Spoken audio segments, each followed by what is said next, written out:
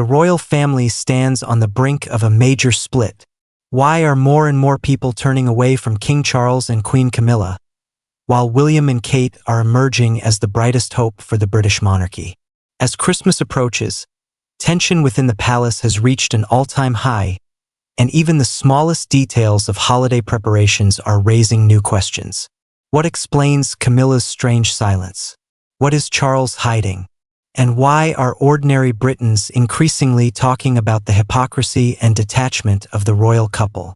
Let's dive into how a simple tea outing, extravagant gifts, and the exclusion of key family members could permanently alter the monarchy's image.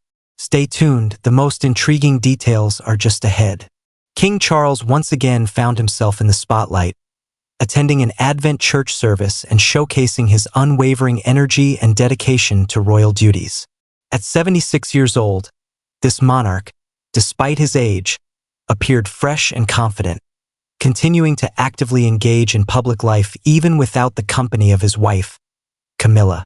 The Queen Consort, as reported, is still recovering from a bout of pneumonia and has chosen to scale back her official engagements to prioritize her health. Yet, this did not deter Charles from fulfilling his numerous responsibilities.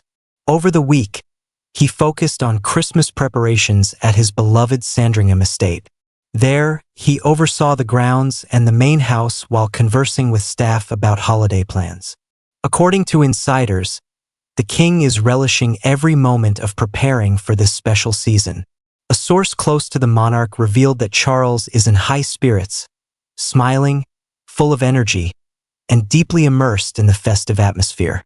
Staff at the estate noted that the king not only seems happy but also remarkably healthy given his busy schedule. Camilla, despite temporarily reducing her royal duties, managed to organize a family outing that left lasting impressions. She arranged a trip to the Fortune Theatre, located in the heart of London, where she was joined by her daughter Laura Lopez, Laura's husband Harry Lopez, and their children, Camilla's grandchildren Louis, Gus, and Eliza Lopez. They were also accompanied by the Queen's granddaughter Lola Parker Bowles and her niece Alice Irwin. After the Christmas performance, the entire group, in high spirits, exited the theater and returned home in a minibus prepared especially for the occasion. This evening was a wonderful opportunity for the Queen to spend time with loved ones in a festive setting.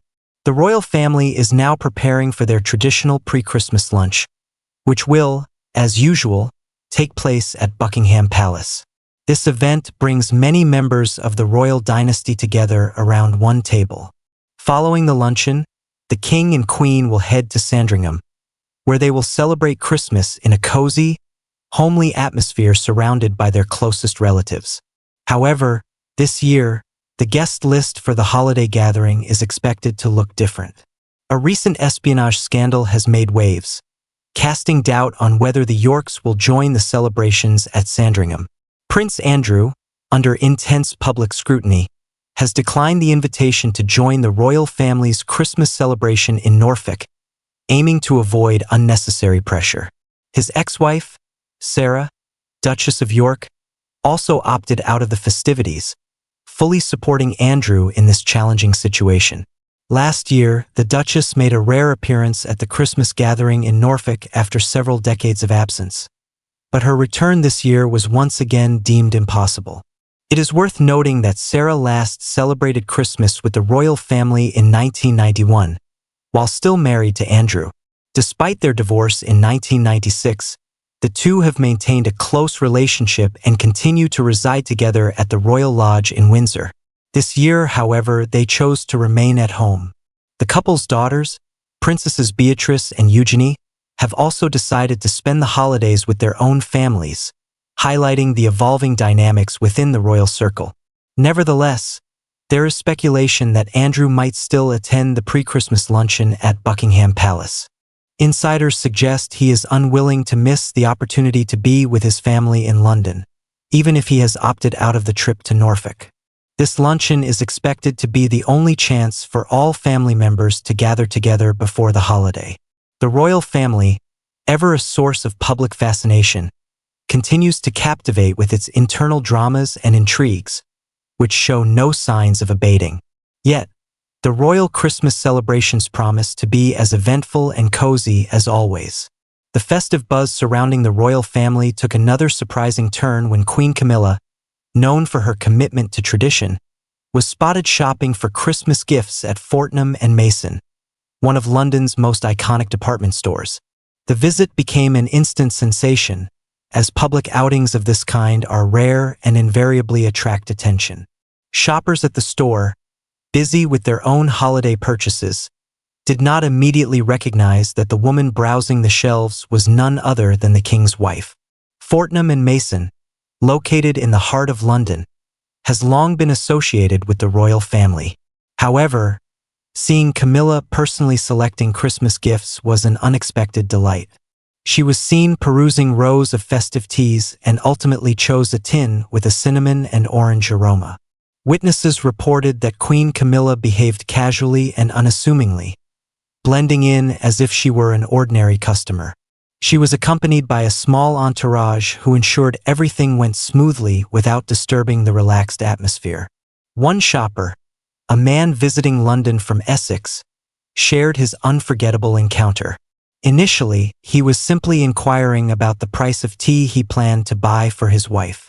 Glancing across the counter, he realized that the woman holding an identical tin of tea was none other than Queen Camilla. He described the moment as surreal, as he never imagined he would find himself so close to a member of the royal family. "It was an absolutely incredible surprise," the man recalled.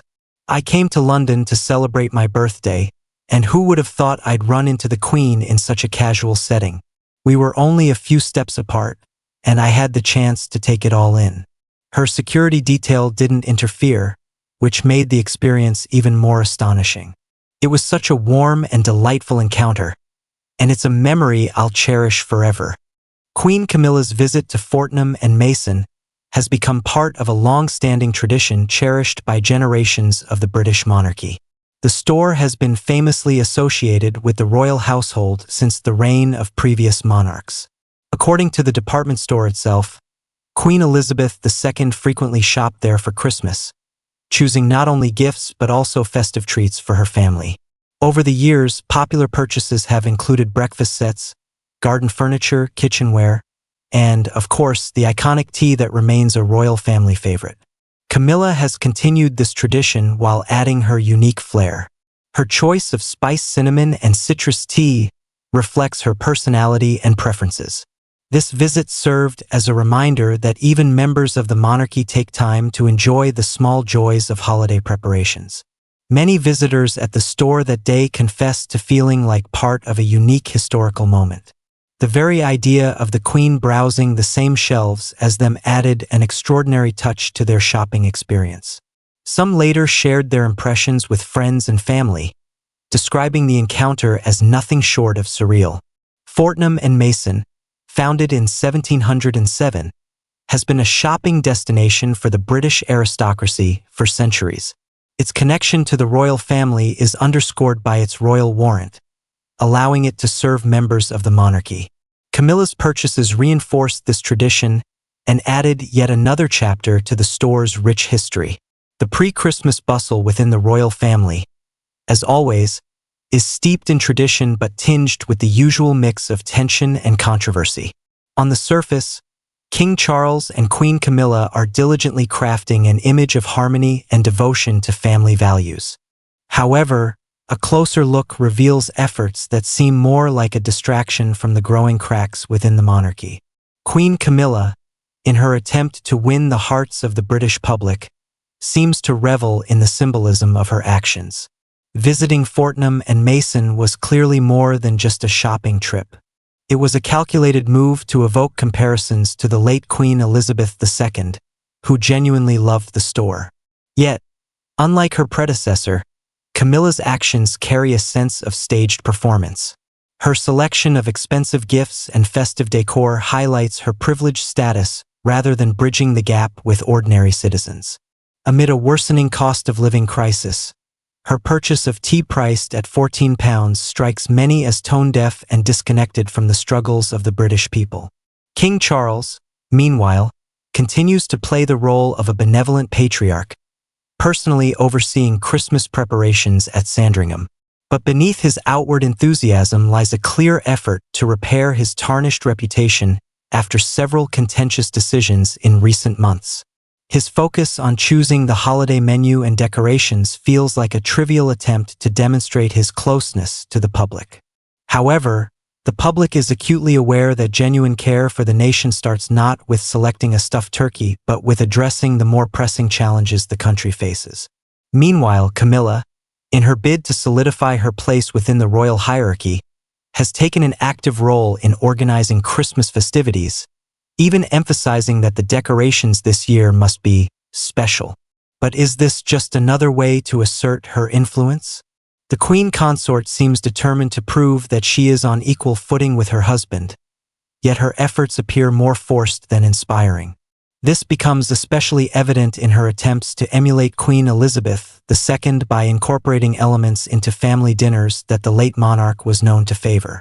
In stark contrast, the behavior of William and Kate continues to exemplify sincerity and humility.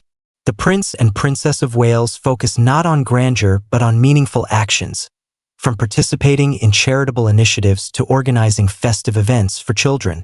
Their genuine efforts to connect with the public are evident and deeply respected. While Charles and Camilla aim to impress through symbolism, William and Kate win hearts through genuine deeds. Camilla seems acutely aware of the fragility of her position.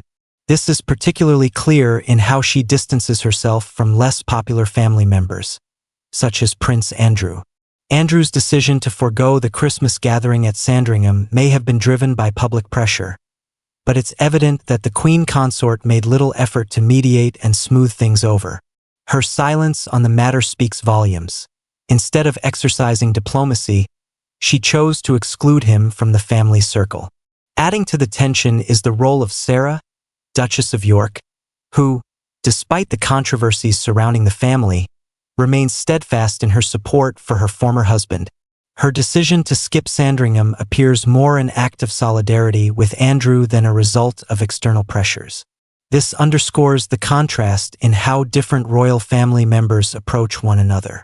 While Sarah displays humanity, Camilla and Charles seem more focused on preserving their image than fostering family unity. Camilla's preference for expensive Christmas decorations and gifts is also worth noting. Instead of directing resources toward helping those in need, she chose luxury items that underscore her status. This appears particularly tone-deaf against the backdrop of Kate and William's active involvement in charitable causes to support underprivileged families. For instance, the Princess of Wales personally organized a fundraiser for children struggling during the winter months. Such acts not only garner admiration but also reflect a genuine understanding of the challenges faced by ordinary citizens. Charles, for his part, seems to overlook that his role as monarch involves not just upholding traditions but also adapting to modern realities. His attempts to portray closeness to the public through Christmas preparations feel contrived, especially when juxtaposed with Camilla's actions, which resemble a show of power more than a commitment to tradition. The public increasingly sees them as figures detached from reality, a perception that becomes even more glaring when compared to the sincerity and relatability of William and Kate.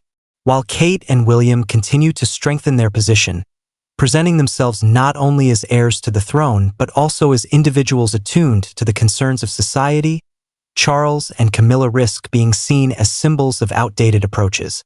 Their attempts to appear modern seem artificial, and their gestures lack authenticity. This raises growing questions about the longevity of support for the monarchy in its current form. Thus, the Christmas celebrations serve as a barometer for the state of affairs within the royal family.